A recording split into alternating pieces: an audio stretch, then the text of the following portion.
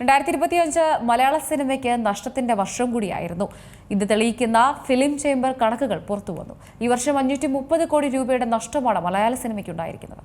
മലയാള സിനിമയ്ക്ക് ഇന്നും ലാഭത്തിന്റെ മാത്രമല്ല നഷ്ടത്തിന്റെ കണക്കുകൾ നിരത്താനുണ്ട്. 2025 ലാഭത്തിന്റെ മാത്രമായിരുന്നില്ല, നഷ്ടത്തിന്റെ കൂടെയായിരുന്നു.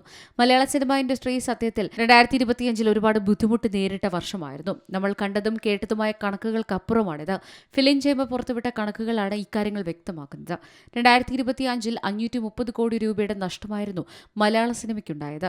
185 ചിത്രങ്ങൾ പുറത്തിറക്കിയ 2025 150 ചിത്രങ്ങളാണ് പരാജയപ്പെട്ടത്. അതായത് വിജയിച്ചത് വെറും 35 ചിത്രങ്ങൾ മാത്രം. ഈ 35 ചിത്രങ്ങളിൽ സൂപ്പർ ഹിറ്റ് പട്ടികയിൽ ഉൾപ്പെടുത്താൻ സാധിക്കുന്നത് വെറും 9 ചിത്രങ്ങളാണ്. തിയേറ്ററിൽ ഓടാത്ത ചിത്രം OTT വഴി വലിയ സാമ്പത്തിക വിജയം നേടിയിരുന്നു. ഇതിൽ പട്ടികപ്പെടുത്തിയത് വെറും 10 ചിത്രങ്ങൾ മാത്രമാണ്. 8 റീ റിലീസ് ചിത്രങ്ങളും പോയ വർഷത്തിൽ തിയേറ്ററിൽ പ്രദർശിപ്പിച്ചിട്ടുണ്ട്. ഇതിൽ 3 ചിത്രങ്ങൾ മാത്രമാണ് ബോക്സ് ഓഫീസിൽ വരുമാനം നേടിയത്. 185 ചിത്രങ്ങളുടെ മുതൽ മുടക്ക് തന്നെ 860 കോടി രൂപയോളം വരും. 2025 മലയാള സിനിമയെ സംബന്ധിച്ച് വലിയ പരീക്ഷണങ്ങളുടെയും പ്രതീക്ഷയുടെയും വർഷമായിരുന്നു.